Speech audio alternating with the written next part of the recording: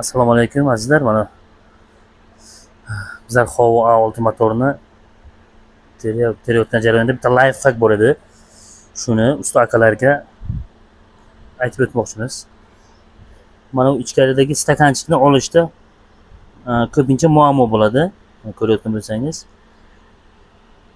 Mana buni olish uchun maxsus syomnik kerak.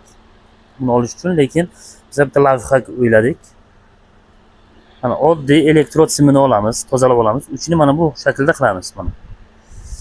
Mana bu oyog'ini kengligi mana bunga kiradigan bo'lishi kerak mana. Qaranglar, mana bu kiradi. Ha, stakanchikni mana azizlar, stakanchikni mana shunday olib chiqdi. Mana. Bitta qo'lda bo'lgani uchun sal qiyinlashyapti. Mana. Mana, oson.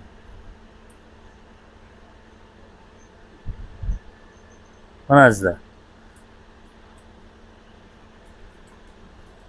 Mana bu stakanchik pastga turgan holatiga mana bunday kiradi. Agar mana bir ikkitasini olganlaringizda keyin qismay qolsa, mana bu simni og'zini salgina ochasizlar. Lekin hozir mana yaxshi ishlayapti.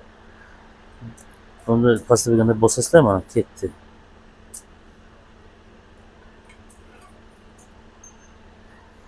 Shunday qilib, mana hammasini shunday qilib olinsa bo'ladi. Bu videoni usta akalarga yuborib qo'yamiz. Manfaatli bo'ladi.